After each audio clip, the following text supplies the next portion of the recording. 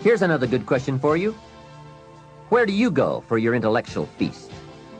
Where do you go? Pity the man who has a favorite restaurant, but not a favorite thinker. He's picked out a favorite place to feed his body, but he doesn't have a favorite place to feed his mind. One way to associate with people of influence is through their writings, books, cassette tapes, whatever you can pick up. Maybe you can't meet the person, but you can read his books or listen to his cassettes. Churchill's gone, but he's left some books. Aristotle's gone, but we still have his ideas. Search the catalog for cassettes and libraries for books. Search the magazines, search the documentaries. They are full of chances for association and intellectual feasting. But in addition to reading and listening, we also need a chance to do some talking and sharing. I have some people in my life with whom I spend time on a regular basis, who help me with important life questions, who help me refine my own philosophy, weigh values, and ponder questions about success and lifestyle. We all need associations with people of substance to provide influence concerning major issues: society, money, enterprise, family, government, love, friendship, culture, taste, opportunity, community. Behavior is mostly influenced by ideas, and ideas are mostly influenced by education, and education is mostly influenced by the people with whom we associate. So don't join an easy crowd. Make sure you get around people who can ask the right questions about the latest ideas you've discovered, about your philosophy, your enterprise, your goals, your lifestyle. Go where the demands are high, where the expectations are high, where the spotlight is on to grow, to produce, and to become more than you currently are. One of the great good fortunes of my life was being around Mr. Shoaff those 5 years. During that time, he shared with me, at dinner, on an airplane, at a business conference, in private conversation, with a group, all those ideas that caused me to make the helpful and necessary adjustments in my thoughts and activities. And those daily changes, some so very slight, so very important, added up to such weighty sums in 1 year, 3 years, and 5 years. A big part of the value of this association was having Mr. Shoaff repeat the ideas over and over. You just can't hear basics, fundamentals, major pieces of the philosophy of life too often. Another part was Mr. Shoaff's unique ability to check and measure my progress. That is so important. Measurable progress, and having someone to monitor that progress. I will never forget my first list of goals that I put together after Mr. Shoaff's breakfast lecture on setting goals. My list contained only 4 or 5 items. When I showed it to him, he said, "Is this your list?" I said, "Yes." Then he started asking those very wise questions that all people of success and substance are inclined to ask. He asked, "How about your health goals?" I didn't have any of those on my list. He asked, "How about your investment goals?" Those were lacking. "How about your travel goals, your family goals? How about your goals for gifts and sharing? Who would you like to meet? What would you like to become? What skills would you like to develop? Did you ever want to write a book, a poem? Would you like to be a sophisticated person of power and influence and culture? How about education for your children? Would you like to be debt-free? How about a splendid library stocked with the best of books? Would you like to make some new friends? Did you ever want to parachute out of an airplane? Fly a glider? Own a music library? Would you like to see New York? Visit Paris? Explore Rome? Do you need a ranch someday? A cabin in the mountains? Is there something you'd like to prove? A mark you'd like to make? Wow, what a mind-expanding conversation that was. And this was only one of many to come over those 5 years. What fantastic help it is to have someone who can ask the right questions. Remember, it's not just the answers that are important. It's the questions. Motivation doesn't really mean what we think it means. We think it means that we're fired up to do something. We think that it means we're eager and passionate to make something happen. Turn on that eagerness and turn on that passion. But we can't. You just can't. To motivate actually means to provide a motive, a reason why. Tomorrow, in a very real sense, your life, the life you author from scratch on your own, begins. Don't worry. Any mistake is an income, is a wonderful revenue for you. Learning is a lifelong thing. It doesn't end at Harvard Business School. It's your responsibility. I think if you're in any profession at all, you have to do it consistently all the time. He says that a question opens the mind, a statement closes the mind. So when you say, I can't afford it, your mind shuts down and you become what you say. How can I afford it? How can I do that? You know, what would it take, or why should I do that? I've been protected. I've been directed. I've been corrected. I've kept God in my life and it's kept me humble. I didn't always stick with him, but he always stuck with me. So stick with him in everything you do. If you think you want to do what you think I've done, then do what I've done. I'm gonna save some money, I'm gonna put it in the bank. Cash it's trash.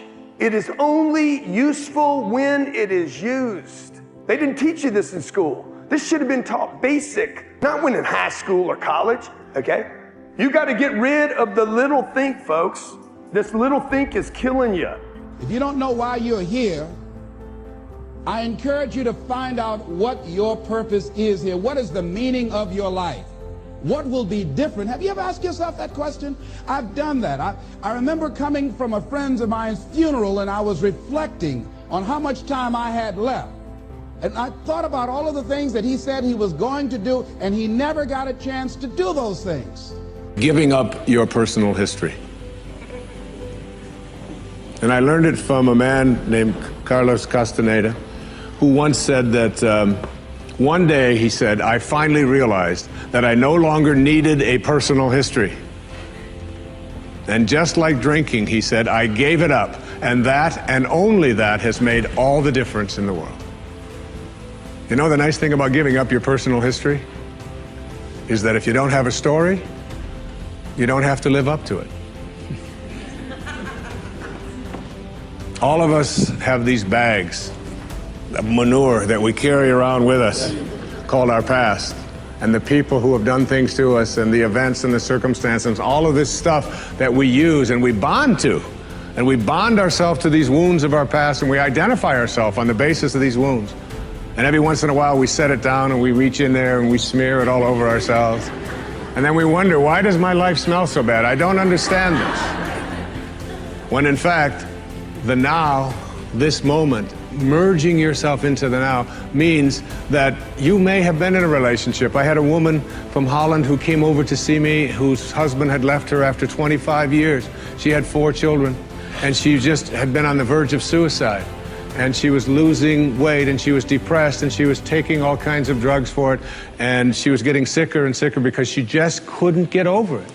And she came to a book signing that I was doing at a bookstore down in Florida.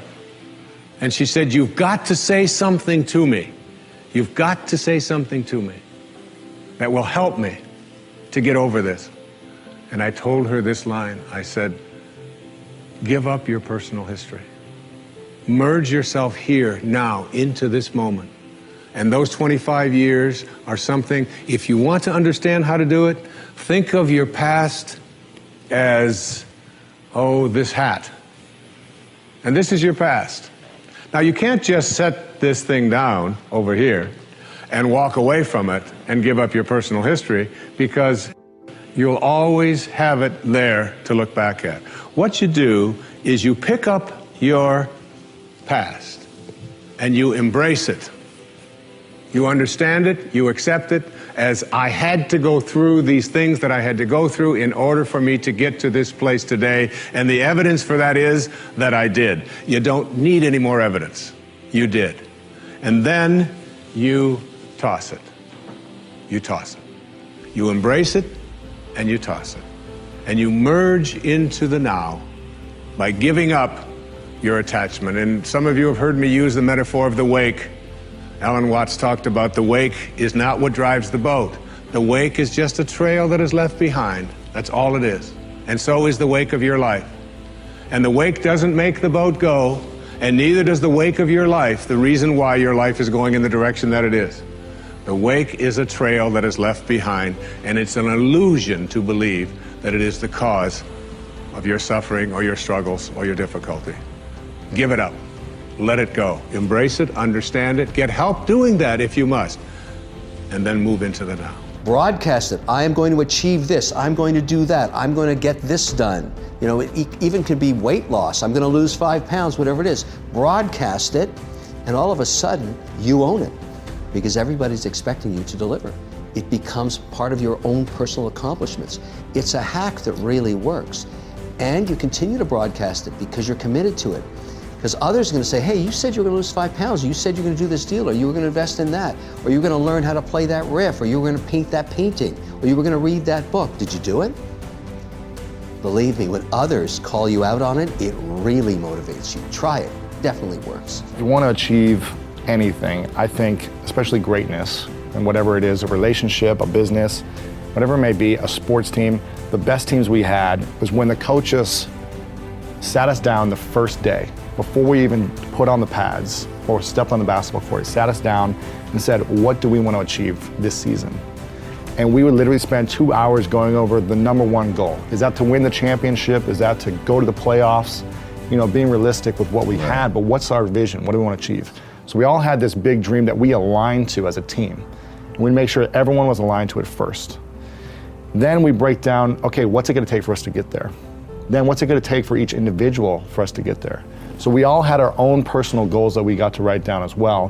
When we all knew what we were working towards, it was much easier to get there. Right. As opposed to just saying, let's have a great game, or let's play our best. Right. But what are we working towards? So when we would go to practice, we would have an itinerary, specifically in football. We would have an itinerary of every 10 minutes what we were doing. So we're prepping, we're getting grounded and being intentional about getting ready to do defense or offense or whatever it may be. That for me was so powerful, to have a team set me up to win as an individual for my own personal goals with what I need to do every day.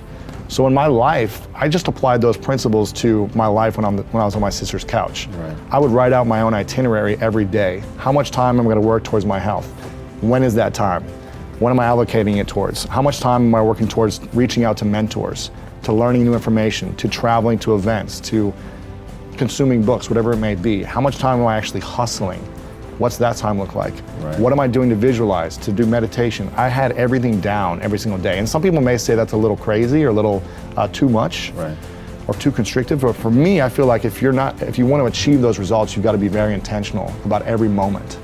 And obviously there were days where I would relax and just hang out as well, but the more focused, the easier the opportunity to achieve. If you waste any of your perceptual time and energy on the truth, you are wasting your time and energy. It's not going to help you to stay alive, and you will not be able to outcompete organisms that spend none of their perceptual time and energy on the truth and only spend it on looking for the payoff points that help you win the game.